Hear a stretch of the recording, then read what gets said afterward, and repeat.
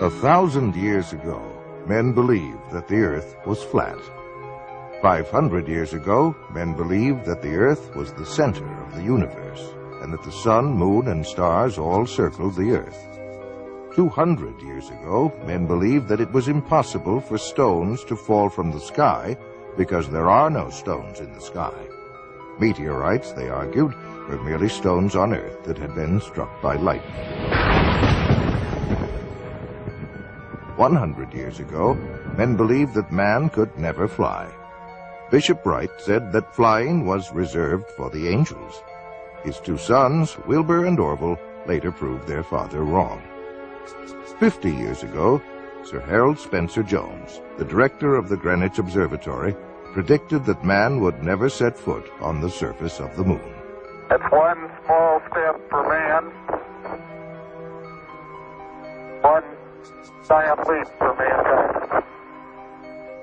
30 years ago, stories about UFOs circling the globe and landing on this planet were considered hoaxes or hallucinations.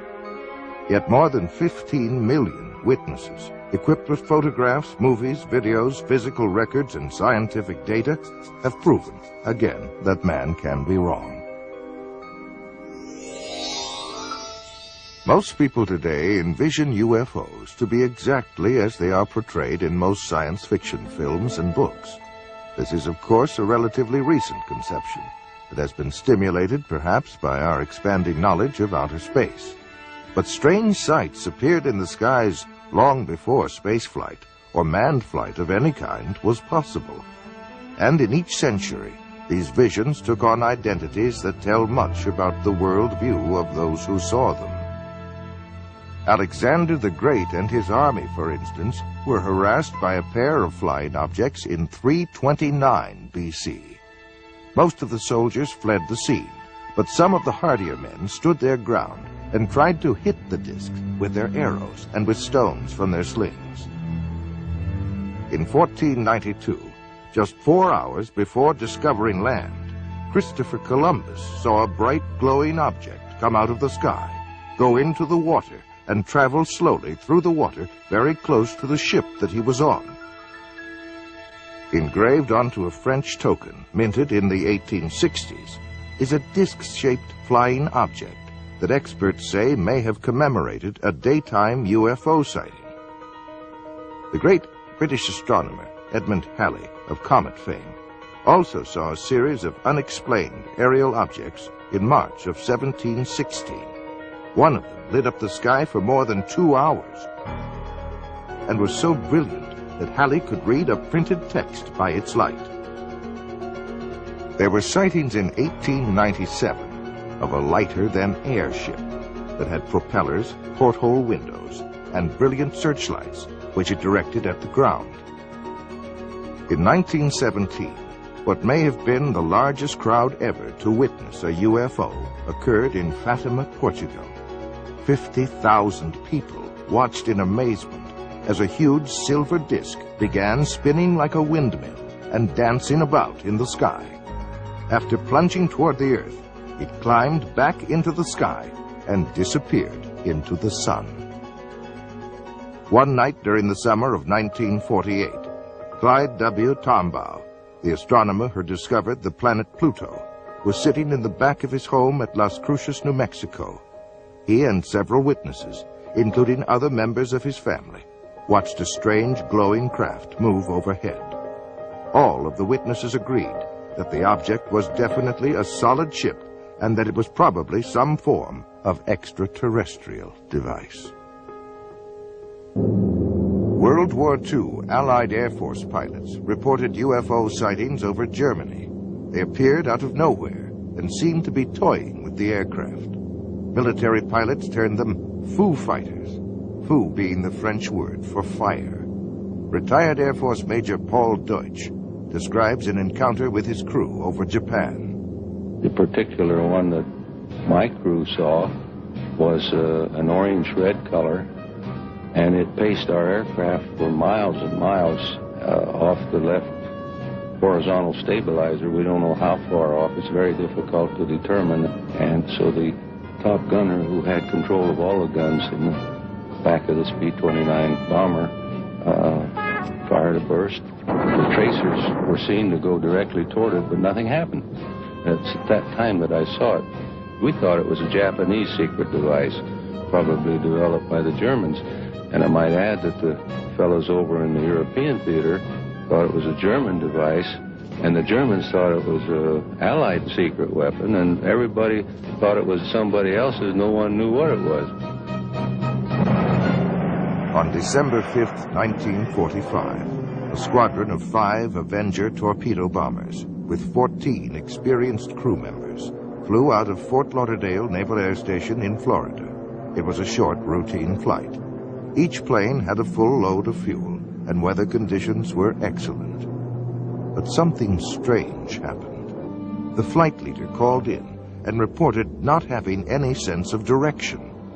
Air Control then ordered the squadron to head due west. The leader, with alarm in his voice, then said, "We don't know which way is west. Everything is wrong, strange. We can't be sure of any direction. Even the ocean doesn't look as it should." He then stated that weird, unidentified aircraft were closing in on them. His radio went dead. All 5 planes disappeared without leaving a trace. A giant Martin Mariner with a crew of 13 was dispatched to search for the 5 missing planes. It had the capability to land on the roughest of seas, but this plane also disappeared into the grim silence of the Atlantic. What followed was the greatest search operation in history. For 5 days, an armada of 300 planes and 21 ships crisscrossed the sea and sky, but no trace of the 6 aircraft or 27 crew members were to be found. To this day, it remains a mystery as to what happened.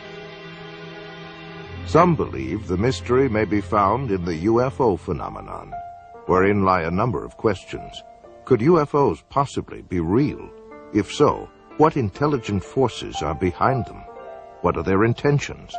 Are they hostile, friendly, or merely curious? Where do they come from?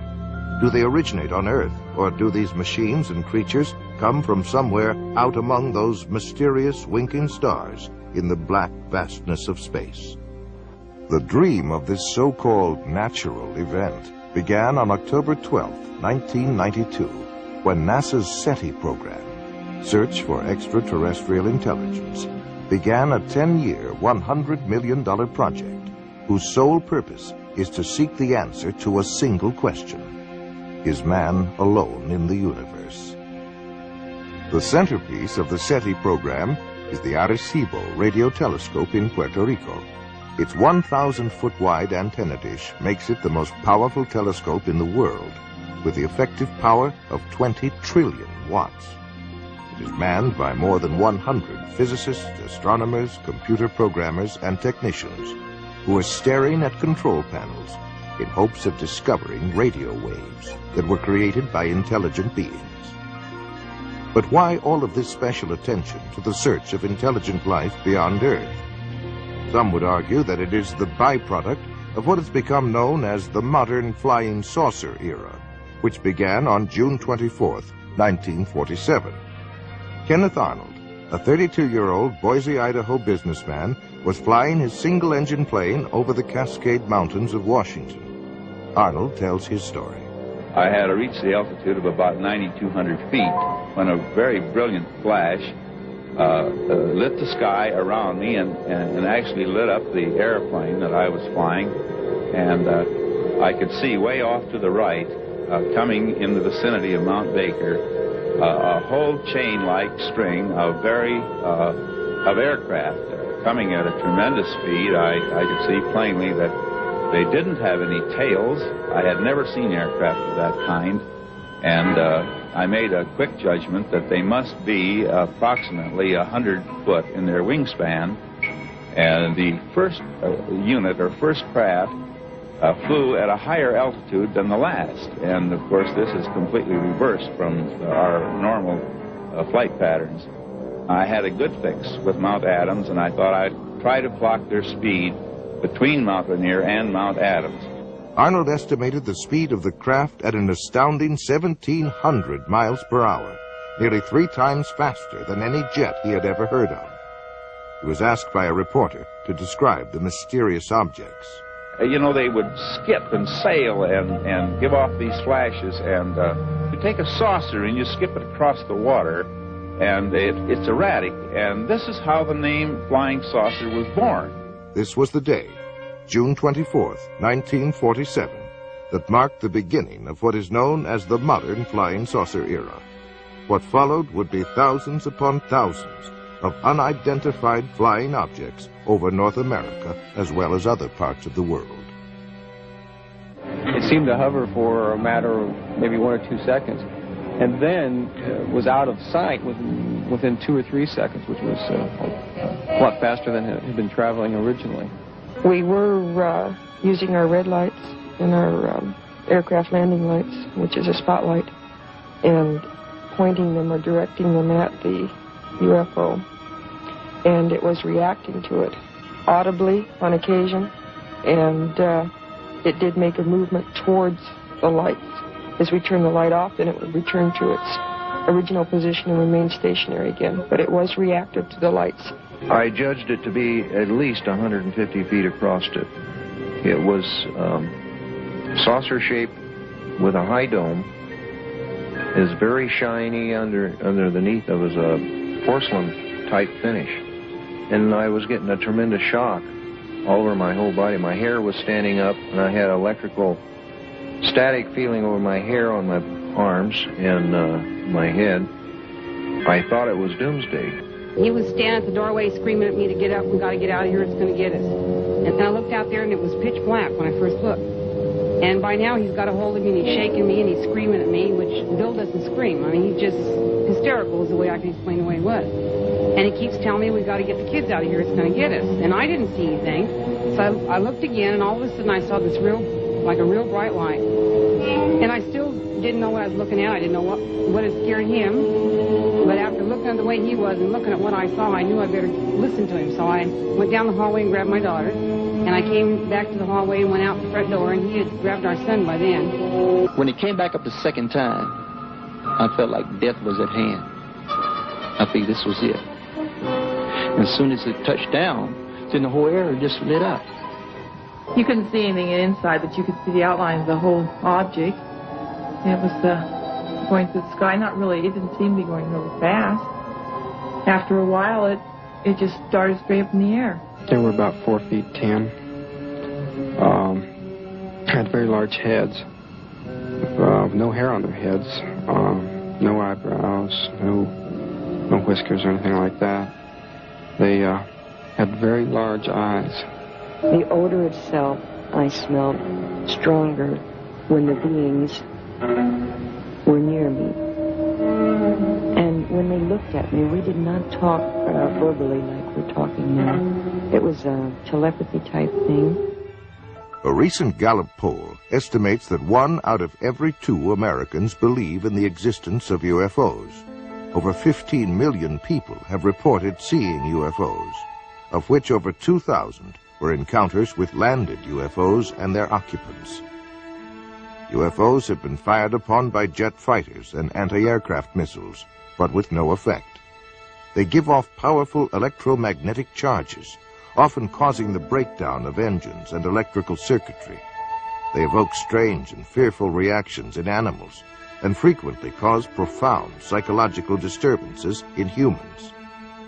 They have the ability to materialize as if from nowhere, but more often vanish into thin air in the midst of a sighting. Both human eyes and radar instruments have observed unbelievable aerial maneuvers, such as 90-degree turns of several thousand miles per hour, and have been clocked at speeds up to 16,000 miles per hour. There can be no longer any doubt, even to the most ardent skeptic, that UFOs exist. The question is, where do they come from? If they come from another galaxy, then they would come from at least 2 million light-years away. Even traveling at light speed, 186,000 miles per second, it would take 2 million years to get here. But suppose that UFOs come from some distant star in our own galaxy. If these space visitors were to travel 1 million miles a day, it would take 70,000 years to reach the Earth from the nearest star, Alpha Centauri, which is 25.5 trillion miles from Earth. Other stars are thousands of times further out in space.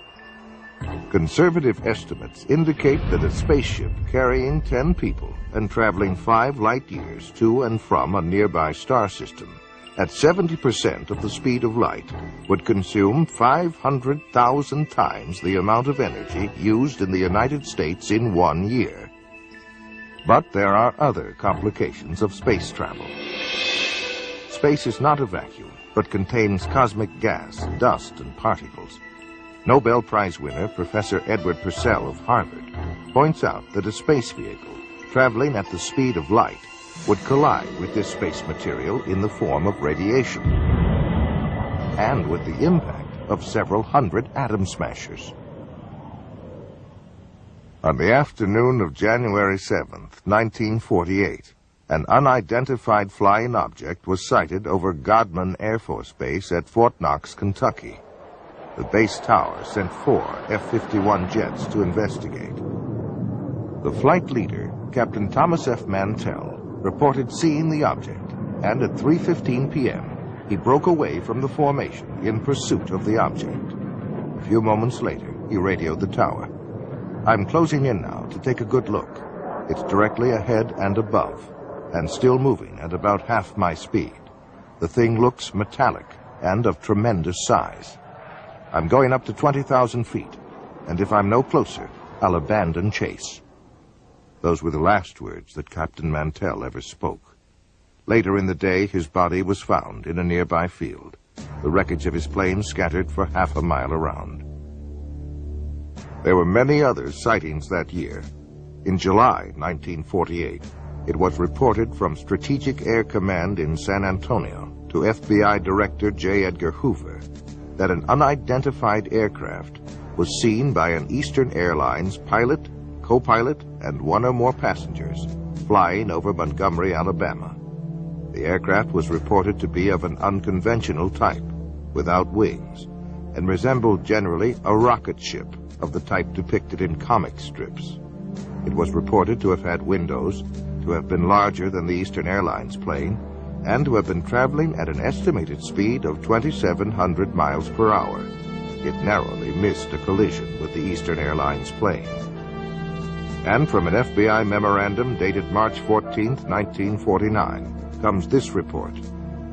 Flying discs are believed by the Air Force to be man-made missiles rather than some natural phenomenon, and that as much as 4 years ago, it was learned that some type of flying discs were being experimented upon by the Russians.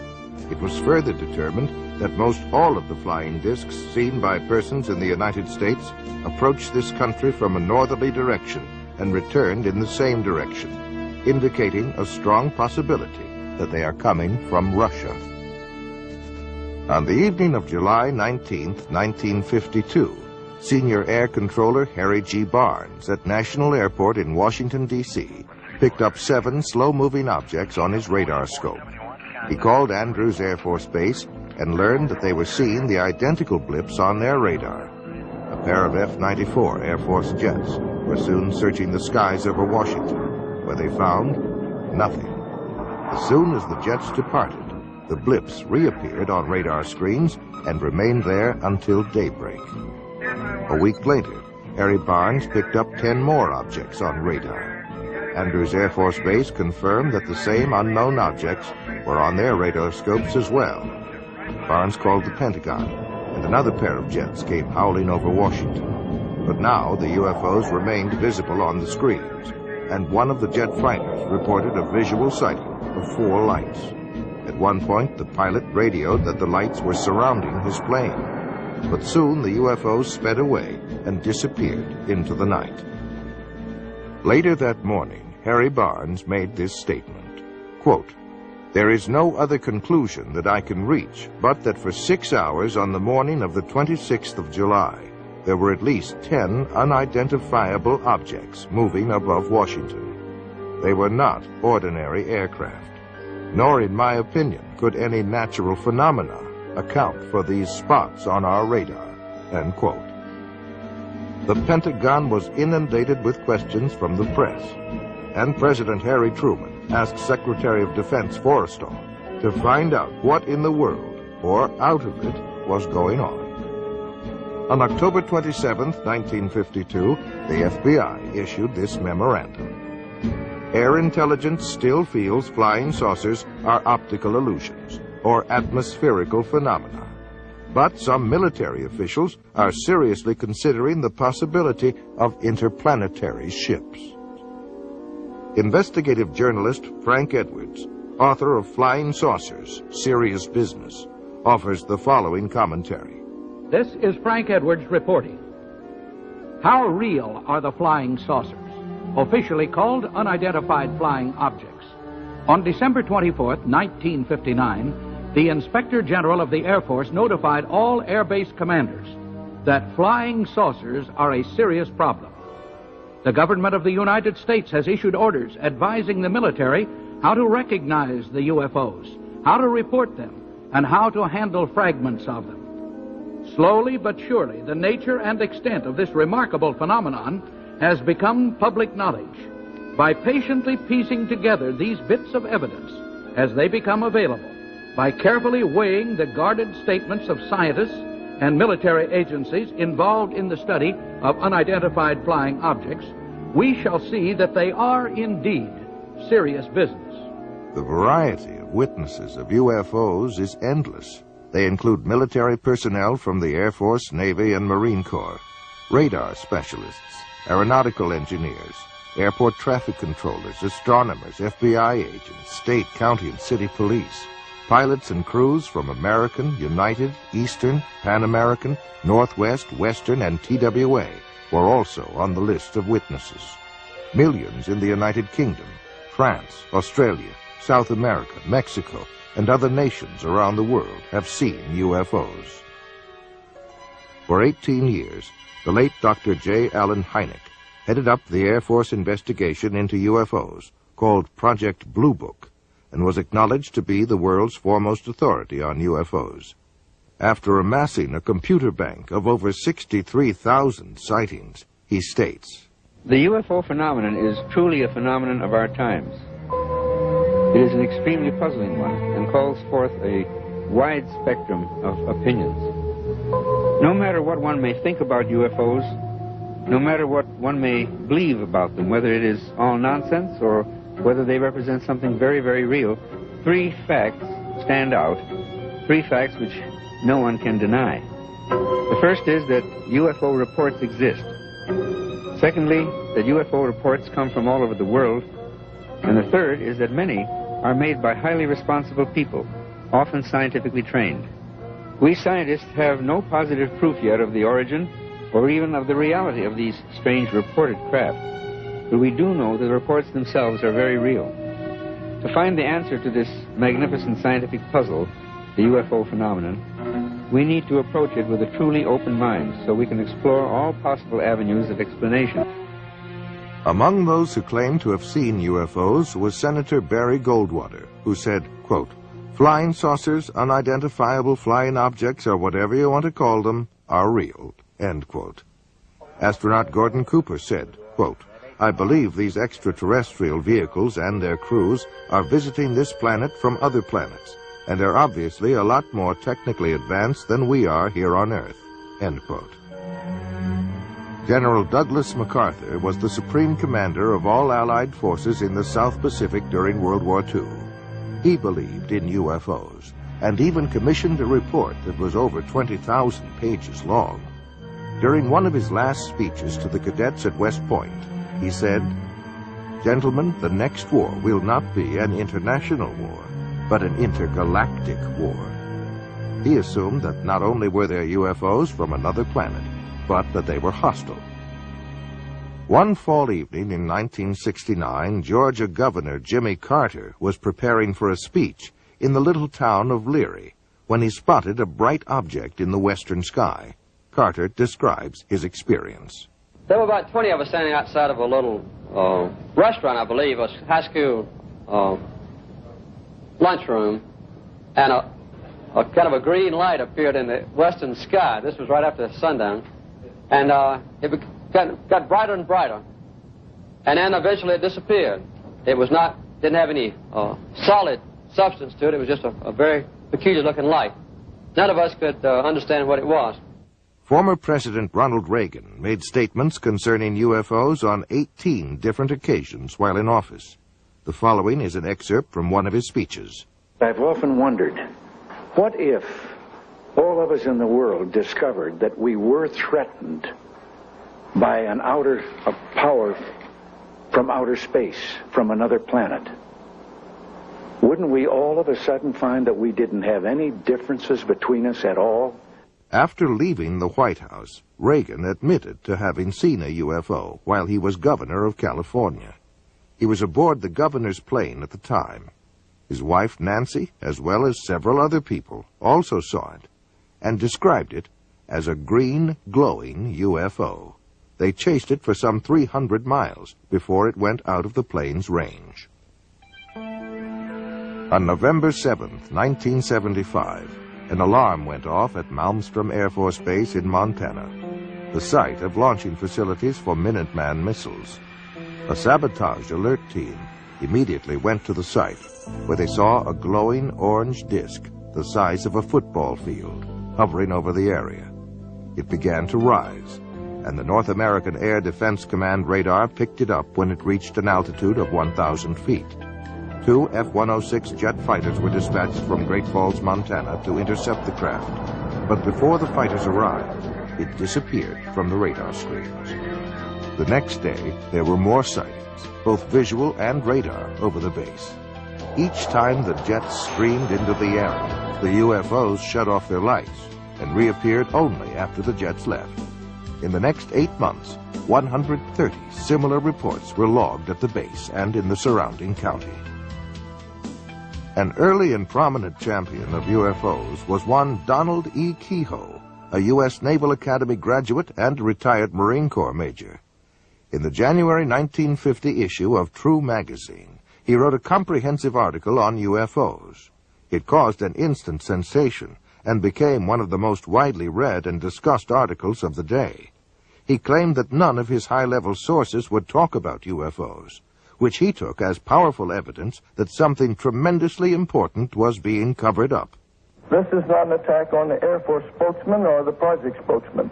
They are simply following orders to explain away all UFO sightings as quickly as possible when they become public and deny that UFOs really exist. We have not been hiding anything.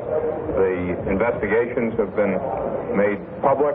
The explanations of those where there is a clear explanation have been made public. He later became director of the National Investigation Committee on Aerial Phenomena, where he questioned many governmental agencies about their possible involvement or knowledge of UFOs. The following is an excerpt of a letter from the FBI in answer to one of Major Kehoe's inquiries. In response to your letter of September 22, 1958, this Bureau does not have information on unidentified flying objects which can be released. This does not imply that this Bureau has information concerning unidentified flying objects which cannot be released. Possible communications with extraterrestrial vehicles from another planet, should the unidentified flying object prove to be an extraterrestrial, is not a function of the Federal Bureau of Investigation. Signed, John Edgar Hoover, Director of the FBI. There are 6 distinct categories of sightings. Close encounters of the first kind refers to a mere sighting of an unidentified flying object. Close encounters of the second kind includes both the sighting of a UFO as well as tangible proof of the craft having been there, such as marks on the ground, the scorching of grass, or the interference of electrical circuits. Close encounters of the third kind is the direct confrontation with a space being or entity sometimes called a humanoid. Close encounters of the fourth kind involved alleged abductions by UFOs, where people claim to be involuntarily taken on board a UFO, usually for experimental purposes. Close encounters of the fifth kind involve contactees, or those persons who claim to be in personal contact with UFO entities, usually through metaphysical or occult means. Close encounters of the sixth kind include injuries or deaths resulting from a UFO close encounter.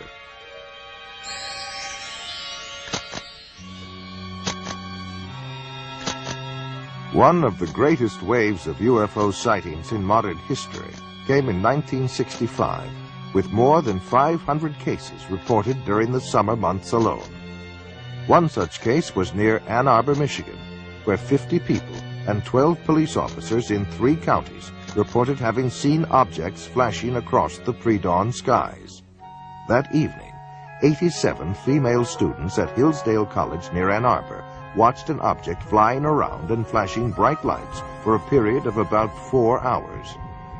Life magazine said, "Call them what you will, flying saucers, unidentified flying objects, or optical illusions, they are back again and seen by more people than ever before. Last week, the manifestation seemed almost to have reached the proportions of an invasion." In Washington, House Minority Leader Gerald Ford called for a full-blown investigation. Thus, the first congressional hearings on UFOs began as a closed-door session on April 5, 1966. Their conclusion was that a major university be given the job of researching the UFO phenomena. The job was given to the University of Colorado, and Edward Condon, professor of physics, would serve as chairman of the group. After much research, a 1,465-page report was completed by 36 authors at a cost of more than $500,000. The report was summed up under the section titled Conclusions and Recommendations. It states, "Our general conclusion is that nothing has come from the study of UFOs in the past 21 years that has added to scientific knowledge. Careful consideration of the record leads us to conclude that further extensive study of UFOs probably cannot be justified in the expectations that science will be advanced thereby." On April 17, 1966, Sheriff's Deputies Dale Spower and Wilbur Neff had just investigated an accident when they noticed a glowing object about 1,000 feet above the ground in eastern Ohio. They then began pursuit at speeds of nearly 90 miles an hour. The third officer, Wayne Houston, was listening to their radio and joined the chase. 85 miles later, they pulled into a service station for refueling, where they met patrolman Frank Panzanella, who had also been tracking the UFO. The officers all stood together, watching the object hover to the east. At that point, the object shot upward at great speed and disappeared. Project Blue Book was called in to investigate. The official Air Force version was that at least 5 experienced police officers, one of them a veteran air crewman, had conducted an hours-long high-speed chase of the planet Venus. For more than 20 years, from 1948 through 1969, the United States Air Force was in charge of investigating UFO reports. The first study, established in 1948, was called Project Sign. Its conclusions were that UFOs were real and estimated them to be interplanetary craft. The Pentagon rebuked the report, calling it science fiction fantasy. The next report, called Project Grudge, was established in early 1949 and would proceed in secrecy. The critics of this investigation complained that the Air Force wanted to control all research on UFOs and that its mandate seemed to deny or explain away all sightings. Project Grudge did not last long and was officially dissolved in December of 1949. However, there had been many recent UFO sightings in New Mexico, so the Air Force launched a new study known as Project Twinkle. An observation post was set up in New Mexico and was armed with cameras, telescopes, and other optical equipment. They waited and waited, and after a year of frustration, the Air Force terminated Project Twinkle. It was not long after this that the government began a new policy of cooperation with the press by issuing regular releases about sightings and investigations. This was followed by a boom year of over 1,500 reports in 1952. The Air Force then established a task force codenamed Project Blue Book, which was to become the most systematic of all studies done by the Air Force. Witnesses received an 8-page questionnaire, photographs were analyzed, and field interviews were conducted. Investigators monitored aircraft flights and checked weather records. On the whole, the Project Blue Book team successfully weeded out UFO reports that were obvious hoaxes or those that could be attributed to natural phenomena. However, for those cases that remained unsolved, investigators had two choices: admit that they had failed to identify the object or embrace any remotely feasible explanation. Project Blue Book was terminated in 1969. It concluded that little, if anything, has come from the study of UFOs, and that the least likely explanation of UFOs is the hypothesis of extraterrestrial visitations by intelligent beings. On the evening of October 25, 1973, a young Pennsylvania farmer, Stephen Pulaski, and at least 15 other witnesses saw a bright object hovering over a field near them. Stephen grabbed his rifle and went to investigate. It was then that he noticed something walking along by the fence. They were hairy and long-armed, with greenish-yellow eyes, and a smell like burning rubber was present. Stephen sensed that these creatures were not friendly and fired a tracer bullet over their heads. And when they kept on coming, he fired directly at one of them. The creatures then all disappeared into the woods, and the glowing object disappeared from the field instantaneously. UFO researchers as well as a state trooper were called in to investigate. When they arrived, the people there told them that Stephen had been growling like an animal and flailing his arms. His own dog ran toward him, and Stephen attacked the dog. Stephen then collapsed, and after a time began to come to his senses. The entire group commented on the nauseating, sulfur-like odor that was present. One of the earliest references to a spacecraft is probably that found in an ancient Egyptian account, some 1,500 years before Christ. One of the characteristics of that craft was the foul odor that emitted from it. The Amityville Horror was based on a factual account of what happened to a family in Amityville, New York. An irritating and nauseating odor seemed to accompany the presence of the ghost or spirit entity that entered there from time to time. Whitley Strieber wrote of his abduction experiences in his book Communion. He said he could smell their presence and that it smelled like sulfur. On October 11th, 1973, Charles Hickson and Calvin Parker were fishing when a strange craft descended and hovered near them. Parker passed out, and Hickson was paralyzed, but was able to continue observing what was happening. Two entities then emerged from the craft and picked Hickson up by his arms and carried him inside the ship, where he was thoroughly examined. He was then taken back to where they had been fishing on the riverbank. When the two fishermen went to the sheriff's office to report their story, they were interrogated and then left alone in a room with a hidden microphone. The recording of their conversation revealed that both men were quite frightened by their experience. The emotional trauma had been so great to Parker that after Hickson left the room, he began to pray. Ultimately, he suffered a nervous breakdown as a result of his experience. In the spring of 1959, UFOs brought panic to Soviet radar and Air Force personnel by hovering and circling for more than 24 hours above Sverdlovsk, headquarters of a tactical missile command. Red fighter pilots were ordered airborne to chase the UFOs away, but later reported that the alien objects easily outmaneuvered their jets and zigzagged to avoid their machine gun fire. The Russian spacecraft Salyut-6 returned to Earth in 1978 after 96 days in orbit. They told of a formation of UFOs which trailed them closely for 3 complete orbits around the globe. One of their cameras captured 20 minutes of incredible motion picture footage of this encounter. According to a previous mutual agreement, the Russians forwarded copies of the film to the United States to be analyzed. Unofficial statements from NASA state that it is the best motion picture footage ever filmed of UFOs. The foremost Russian authority on UFOs, Dr. Felix Zeigel, contends that UFOs may have frightened, harassed, and possibly even killed Russian cosmonauts on their missions.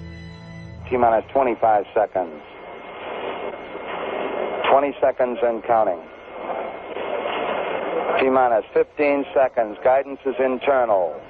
12, 11, 10, 9. Ignition sequence start. 6.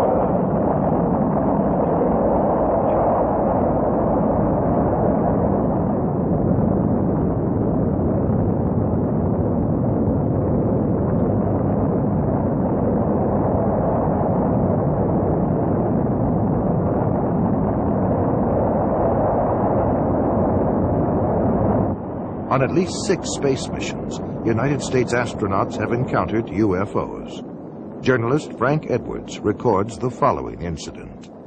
As Major Cooper was making his final orbit of the Earth in May of 1963, he was approaching Perth, Australia. Suddenly, Major Cooper radioed down to the tracking station that he was being approached by a greenish glowing disk with a faint red glow on one side. It was traveling east to west, which no man-made satellite does. 200 persons at the tracking station watched the object on the gear there. They saw it approach Cooper. Then it veered away from him and sped on out into space. It was only the first of many such cases. Every American astronaut since Gordon Cooper has also been approached by unidentified flying objects. And each time the UFOs come closer to the astronauts, and each time they remain a little longer. In 1965, Major Edward McDivitt photographed one of these objects near the capsule in which he was orbiting the Earth over the Pacific Ocean. And the photograph, as released by the National Aeronautics and Space Administration, clearly shows a bright egg-shaped thing which leaves a visible trail from its propulsion system. The more we study the evidence that is being assembled all over the Earth, the more inescapable the conclusion that man had best prepare himself for the greatest event in human history. The realization that we are about to contact, or to be contacted by, sentient beings from elsewhere in the universe. The late General Douglas MacArthur said that this confrontation would be the greatest challenge man ever had to face. Are we ready for it, when and if it comes? Frank Edwards reporting. Gemini 5, 10, and 11 have all had similar encounters. So convinced was astronaut Edgar Mitchell of the existence of UFOs that he retired from the U.S. space program to devote full time to UFO investigation. During our first mission to the moon, Mission Control recorded the following broadcast of strange noises that were heard on the Apollo 11 spacecraft.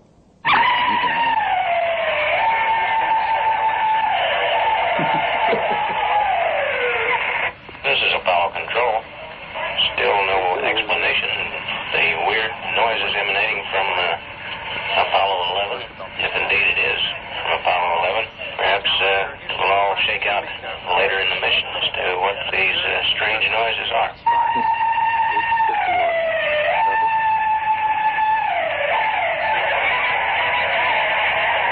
NASA says UFOs have reportedly dogged the U.S. space program since the very beginning.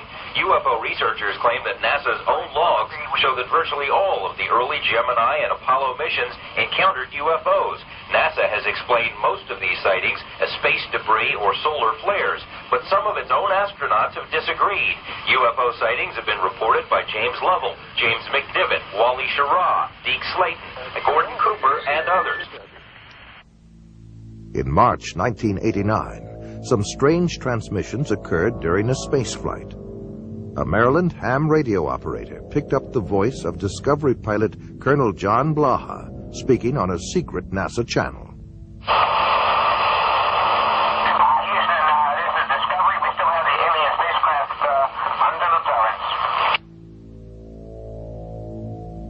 Houston,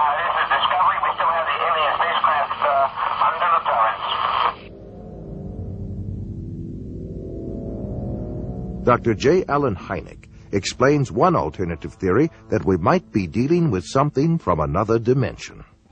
One of the most intriguing aspects of UFO sightings is their apparent isolation in space and time. Sightings are usually made in one place at a time and last for short periods, sometimes appearing out of nowhere and vanishing into nowhere.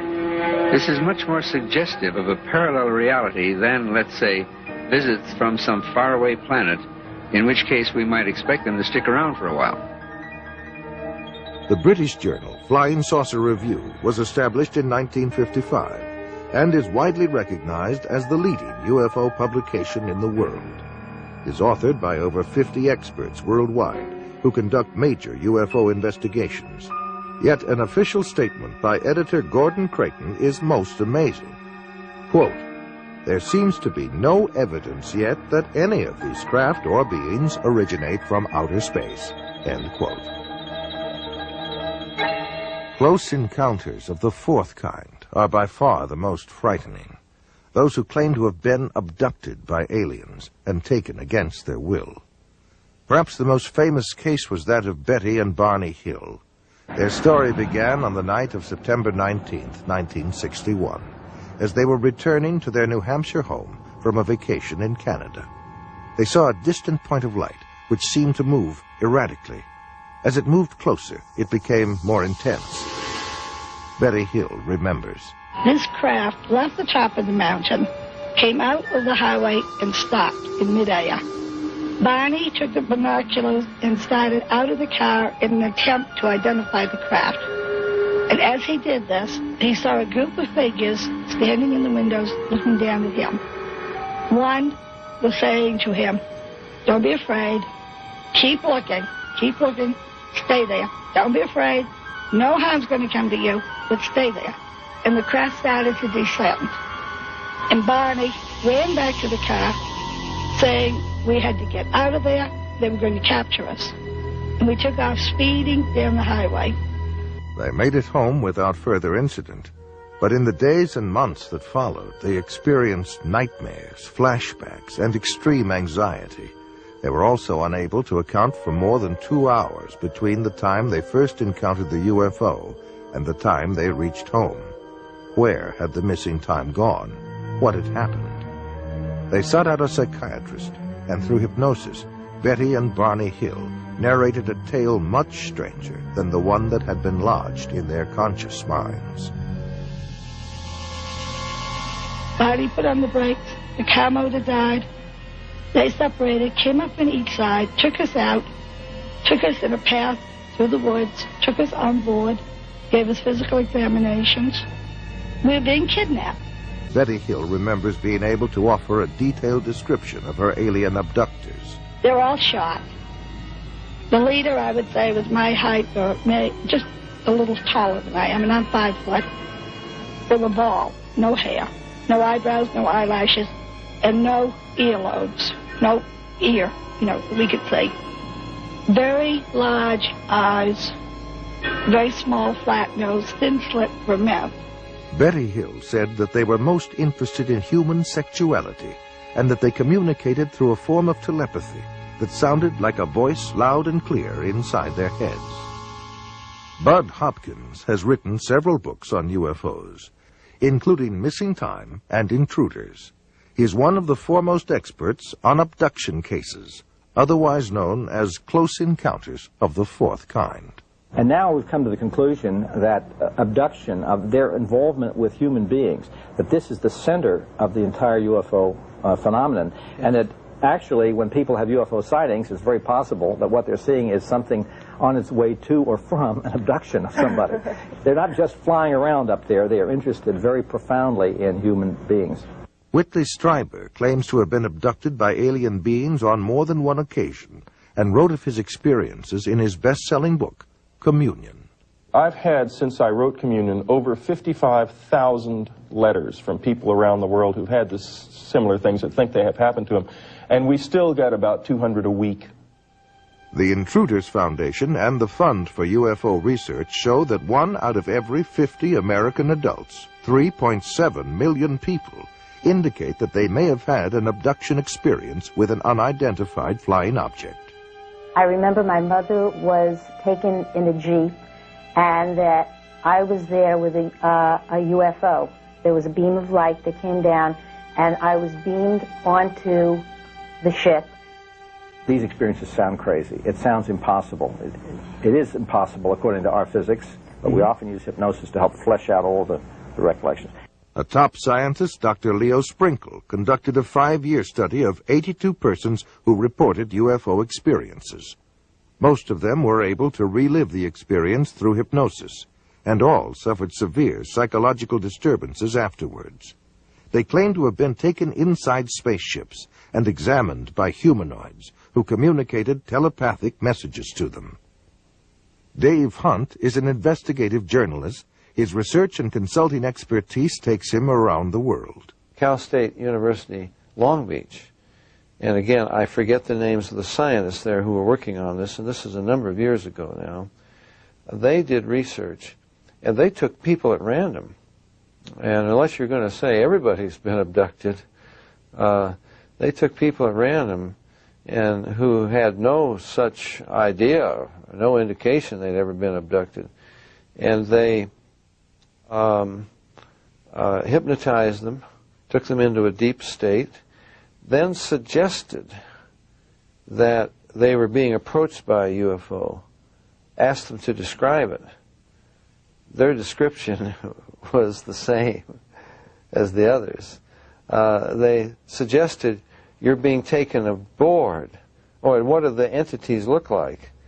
And they came up with similar descriptions. And then when they're taken aboard, they're, what's happening to you? Well, I'm getting a medical examination, you know. Or in his book, Secrets of the UFOs, ufologist Don Elkins made the following observation.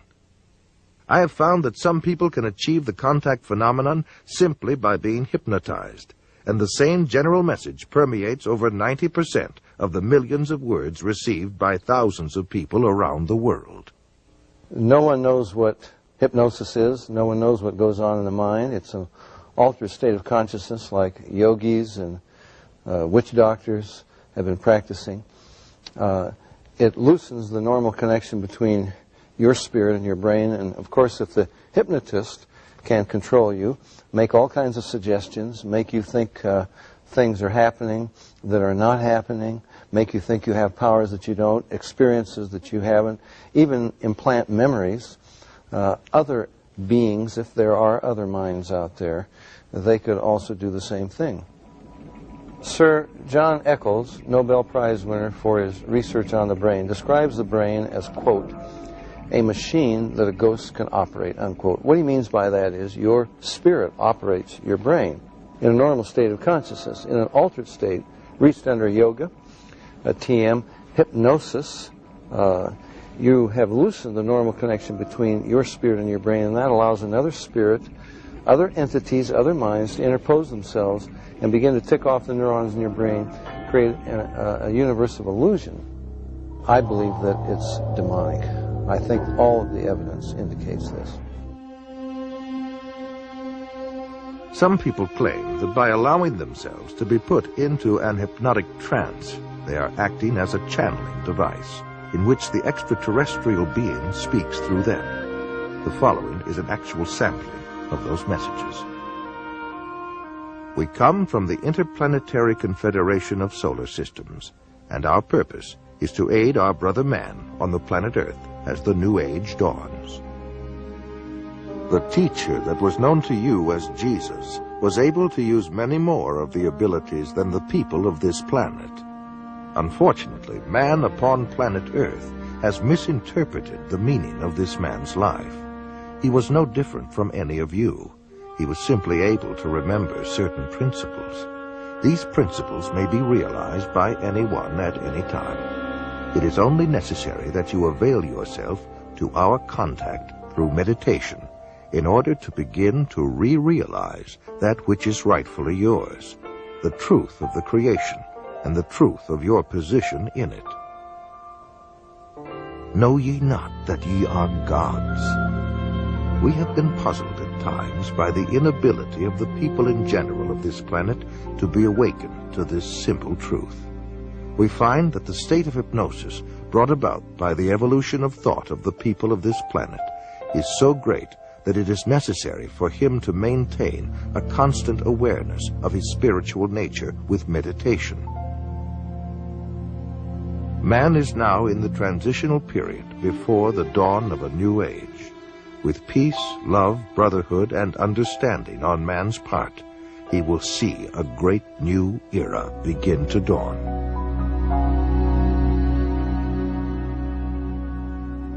In his book, Flying Saucer Pilgrimage, Bryant Reeves summarizes his findings in this statement. From our analysis, the teachings of the space beings appear to support many of the principles taught in Oriental philosophy by seers of the Far East. UFO researcher John Weldon then offers this question. How credible is it to think that literally thousands of genuine extraterrestrials would fly millions of light years simply to teach New Age philosophy, deny Christianity, and support the occult? And why would the entities actually possess and inhabit people just like demons do if they were really advanced extraterrestrials?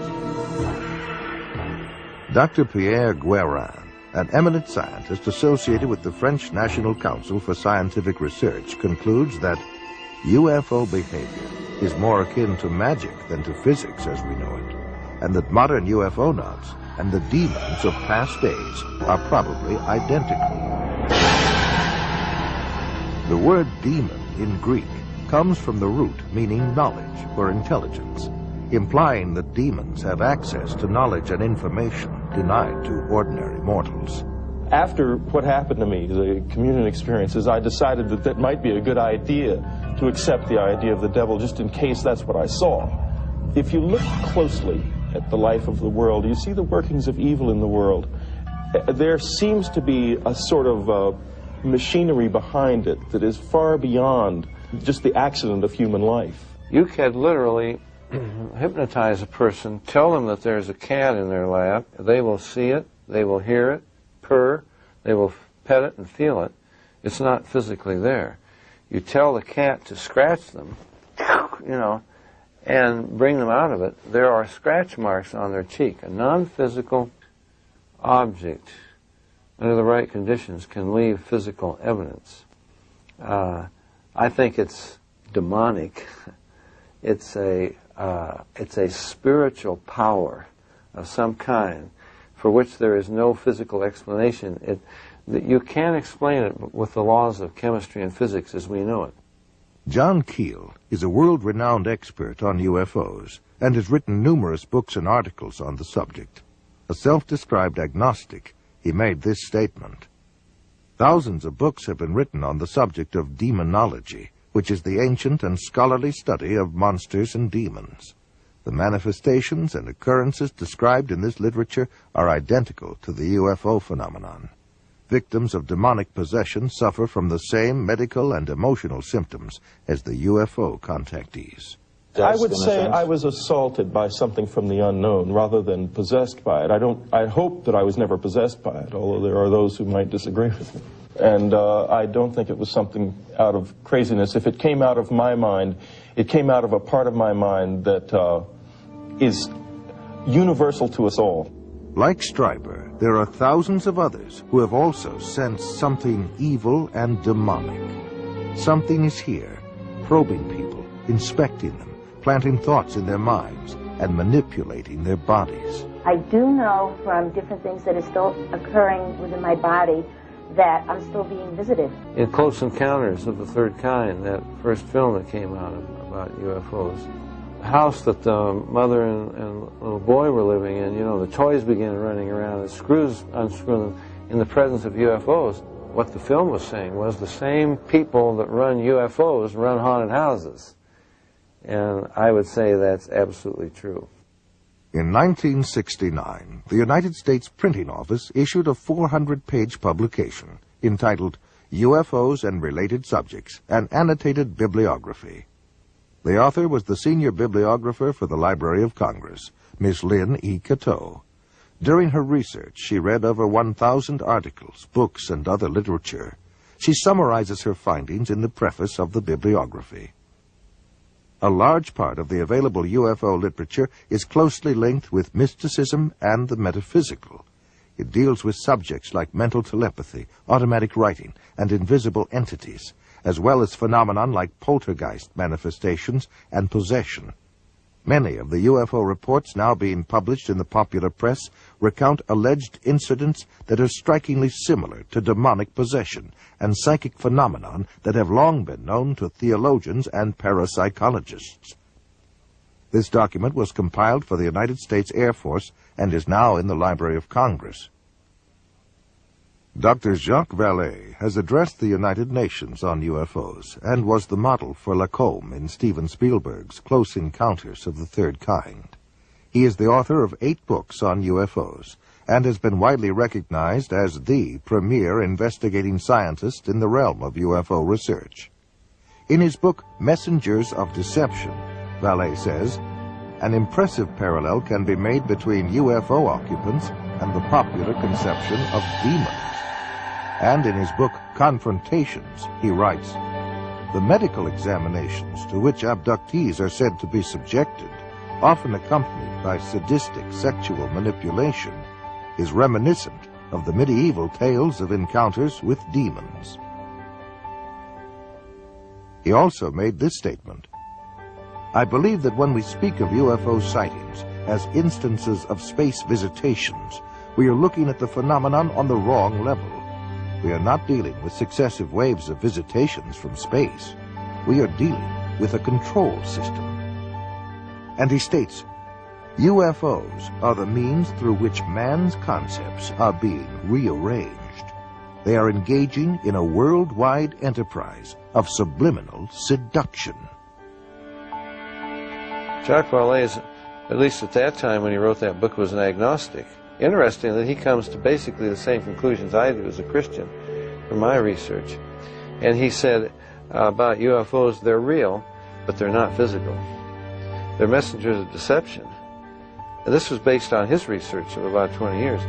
They seem to be psychologically preparing, setting us up for some ultimate delusion that is too horrible even to imagine as yet. I would agree with that. Dr. I.D.E. Thomas is one of a long line of Welsh preachers. He is currently the senior pastor at the First Baptist Church of Maywood, California, and has authored several books which have enjoyed wide circulation. In his book, The Omega Conspiracy, Dr. Thomas explains the phenomenon of unidentified flying objects and offers an explanation that could identify the beings who operate them. As incredible as his explanation may sound, let us regard the ancient saying of Heraclitus, who 500 years before Christ said, because it is sometimes so unbelievable, the truth escapes becoming known. The answer to all this and the clue to this cosmic riddle may be found in the ancient book of Genesis. And back there in chapter 6, we are told of a very amazing and bizarre event. The sons of God saw the daughters of men and saw that they were beautiful, and they lusted after them. And then we read they married them and sired children from them. For the past 1,500 years, most scholars, including evangelical scholars, have interpreted the sons of God as the good sons of Seth, and the daughters of men as the wicked daughters of Cain. They've adopted that interpretation because the other one is so bizarre and outlandish. The ancient interpretation, and in my opinion the correct one, is that the sons of God were demonic beings or fallen angels, and that they came down to earth, they lusted after the daughters of men, they married them, and produced this amazing progeny, this hybrid progeny of the Nephilim. And the very word Nephilim does not mean giants. It comes from the root Nephal, fallen ones. The early Christian fathers in the first 4 centuries, men like Irenaeus, Tertullian, Ambrose, for 400 years they knew no other interpretation except that the sons of God were angelic beings. Josephus, the cosmopolitan Jewish historian, says the same thing. We read in the book of Job that when God laid the foundation of the earth, the sons of God shouted for joy. Obviously, the sons of God could not be human beings. Adam had not been created. If this was a case of just mixed marriages between good men and wicked women, it is surprising that God should have issued the fire of judgment that he did. God took this stern action of wiping out the human race. Now, the only family that were left intact in order to re-establish, repopulate the new world was the family of Noah. Noah, we are told, was perfect in his generations. The word perfect does not mean, in this case, morally perfect, because we know from the story of Noah, and especially what happened after the flood, that Noah was not perfect. What it means is like a lamb for the paschal sacrifice, that lamb had to be without blemish, physically pure, without blemish. So it seems was the case of Noah, the only family that remained uncontaminated from these strange beings that appeared from space. The only line that was pure and clean from God's standpoint to start a new world and a new civilization. Jesus said, as in the days of Noah, so in the days of the coming of the Son of Man. Of all the patriarchs and prophets of the Old Testament, the key to prophecy above all others is Noah. And something happened in the days of Noah that was a distinctive characteristic of Noah's time that didn't happen before or after.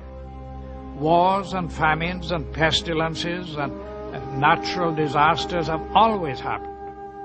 But something happened in the days of Noah, and the most sinister and bizarre of all the things that happened was this intermarriage between the angelic race and the human race. And of course the mastermind behind it all was another angel, a fallen angel, Lucifer. Now we believe that as they came in those days, we may very well be on the edge of another invasion from outer space, that Satan will once again make another attempt, maybe the final assault on the human race, in order to wean men and women away from the worship of God. He has tried before, he will inevitably try again. And by seducing the human race, by sending these so-called entities from space, demonic beings, he will try to get people all over the world to worship him and to deprive God of the worship that is due to him. Fortunately, we know what the end result is going to be. But this final or omega assault that will come at the end of time may trigger the coming back of Jesus Christ to rescue his own. Satan has failed before, and the Bible predicts he will fail again. We are told quite emphatically in God's Word that the kingdoms of this world shall become the kingdom of our God and of his Christ. Satan will make the attempt, but our God, greater is he that is in you than he that is in the world.